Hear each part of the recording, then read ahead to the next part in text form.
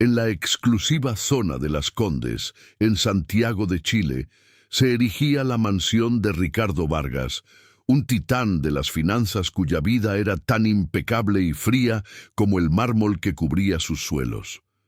Desde su oficina panorámica, con vistas a la cordillera de los Andes, controlaba un imperio multimillonario, pero era incapaz de gobernar el silencioso reino de su propia casa. Su único tesoro y su más grande recordatorio de fracaso era Sofía, su hija de 10 años, confinada a una silla de ruedas desde 1900, el accidente que se llevó a su madre. Consumido por la culpa, Ricardo le daba todo lo materialmente posible, pero mantenía una distancia emocional que helaba cada rincón de la lujosa residencia. Una tarde, mientras revisaba las cámaras de seguridad desde su oficina, algo rompió la monótona rutina. Esperaba ver a la nueva niñera, Elena, cumpliendo con el estricto horario de terapias y comidas de Sofía. En cambio, lo que vio en la pantalla lo dejó sin aliento. Elena había puesto una suave melodía y con una ternura que Ricardo no recordaba, había levantado a Sofía de su silla, sosteniéndola en sus brazos mientras bailaban lentamente en el centro del salón. La risa de Sofía, un sonido casi extinto en esa casa, resonó a través del pequeño altavoz del monitor, y una lágrima solitaria rodó por la mejilla del hombre que lo tenía todo y no tenía nada. Suscríbete para descubrir qué decisión tomó este padre y comenta desde qué rincón del mundo nos acompañas. Ricardo era un hombre hecho así, mismo un arquitecto de la fortuna que creía que cualquier problema podía resolverse con un cheque. Tras el fatal accidente automovilístico donde él conducía, la culpa se convirtió en su sombra.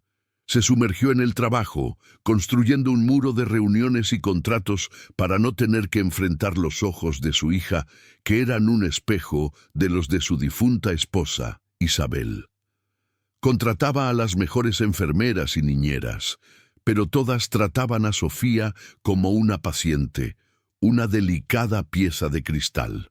Él mismo la veía así, sin darse cuenta de que con cada regalo costoso le negaba lo único que ella anhelaba, su presencia, su amor. Sofía vivía en una jaula de oro. Su habitación parecía una tienda de juguetes de lujo, pero todos estaban intactos, acumulando polvo como testigos de su soledad. Pasaba horas mirando por la ventana, observando a otros niños correr y jugar en los parques lejanos, un mundo al que sentía que ya no pertenecía.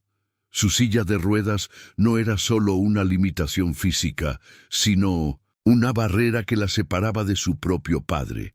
En su diario no pedía juguetes nuevos ni viajes exóticos. Solo dibujaba una y otra vez la misma imagen. Una familia de 3, tomados de la mano, caminando bajo el sol. Un sueño simple que para ella parecía más inalcanzable que cualquier fortuna. Elena llegó a esa casa como una brisa de aire fresco en una habitación cerrada por años. Proveniente de una familia humilde del sur de Chile, su única riqueza era una empatía desbordante y una paciencia infinita. No tenía las credenciales médicas de sus predecesoras, pero poseía algo mucho más valioso: la capacidad de ver a la niña y no a la silla. Desde el primer día le habló a Sofía no sobre sus limitaciones, sino sobre sus posibilidades. Le contaba historias de estrellas que brillaban más fuerte en la oscuridad y de semillas que necesitaban romperse para poder florecer, sembrando esperanza en un corazón marchito. El vínculo entre ellas se tejió con pequeños gestos. Elena no seguía el horario al pie de la letra. En lugar de la monótona terapia de la tarde, organizaba expediciones de arte en el jardín, donde usaban sus manos para pintar con tierra y pétalos de flores. En lugar de ver películas, creaban sus propias obras de teatro de sombras en la pared. Le enseñó a Sofía que su voz era poderosa, animándola a cantar aunque estuviera desafinada. Por primera vez en años, Sofía no se sentía definida por lo que no podía hacer, sino celebrada por lo que sí podía imaginar y crear junto a alguien que realmente la veía. Ricardo, tras el impacto inicial de la imagen en la cámara, empezó a llegar a casa más temprano, no para intervenir, sino para observar en secreto. Se escondía tras las puertas, escuchando las risas y las conversaciones. Un día oyó a Elena decirle a Sofía: «Tus ruedas no te definen, son solo el carruaje que lleva a una princesa increíble». Esa frase fue como una llave que abrió la oxidada cerradura de su corazón.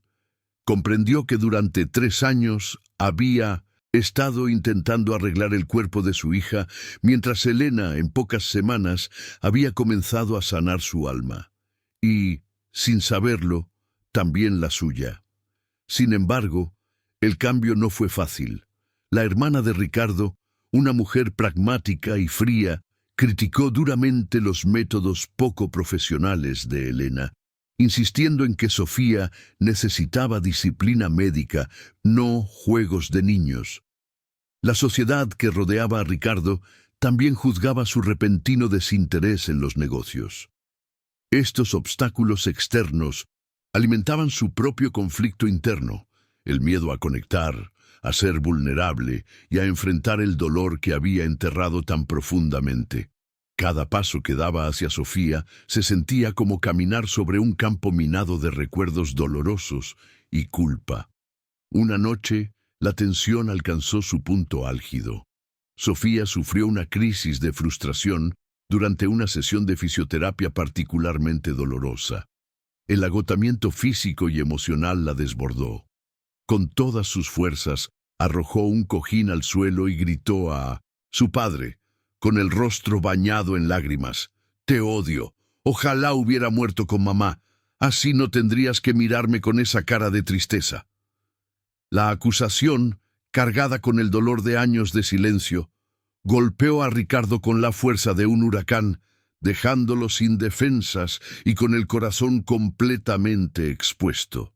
En ese momento de quiebre, el viejo Ricardo se habría marchado, cerrando la puerta tras de sí. Pero el hombre que había estado observando a Elena no huyó. Se arrodilló lentamente junto a la silla de ruedas de su hija y por primera vez dejó que sus propias lágrimas cayeran sin control. Con la voz rota, confesó la verdad que lo había atormentado durante años. «No es tu culpa, mi amor. Es mía. Yo conducía demasiado rápido y te he mantenido lejos porque cada vez que te miro veo a tu madre y el miedo de perderte a ti también me mata. Perdóname, Sofía». ¿Te está gustando esta historia? Deja un like y suscríbete al canal. Ahora continuamos con el vídeo. Sofía, escuchando la confesión que nunca esperó, dejó de llorar y extendió su pequeña mano para tocar el rostro de su padre. En ese gesto no había reproche, solo un profundo anhelo de conexión. «No es tu culpa, papá», susurró. Se abrazaron con una fuerza desesperada, un padre y una hija encontrándose finalmente en medio de sus ruinas compartidas. Elena, que había presenciado la escena desde el umbral, sonrió entre lágrimas. No era el final del dolor, pero era el comienzo de la verdadera sanación, un puente construido con las palabras más difíciles y necesarias. Los meses siguientes transformaron la mansión y sus habitantes.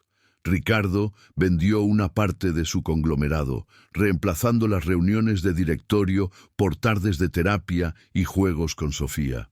Las frías paredes de mármol se llenaron de pinturas coloridas y fotografías de ellos dos riendo.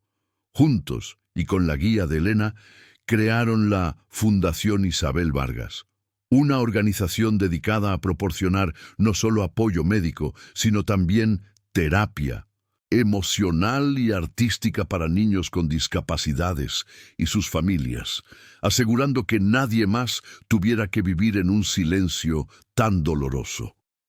5 años después, En un soleado día de primavera, un Ricardo de aspecto más sereno y feliz aplaudía con entusiasmo desde las gradas de una cancha de tenis adaptado.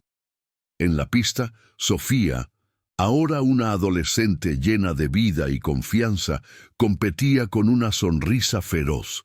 Elena estaba a su lado, no ya como niñera, sino como la directora de la fundación y una parte indispensable de su familia. La historia de su dolor no se había borrado, pero la habían reescrito juntos, convirtiendo una tragedia en un legado de amor y segundas oportunidades que ahora iluminaba la vida de cientos de otras familias. ¿Han hecho algún gesto de bondad que cambió una vida? Dejen un corazoncito si creen que el amor es más poderoso que cualquier riqueza. Suscríbanse para más historias de segundas oportunidades. Comenten, el amor no tiene precio si ustedes también creen en la bondad humana.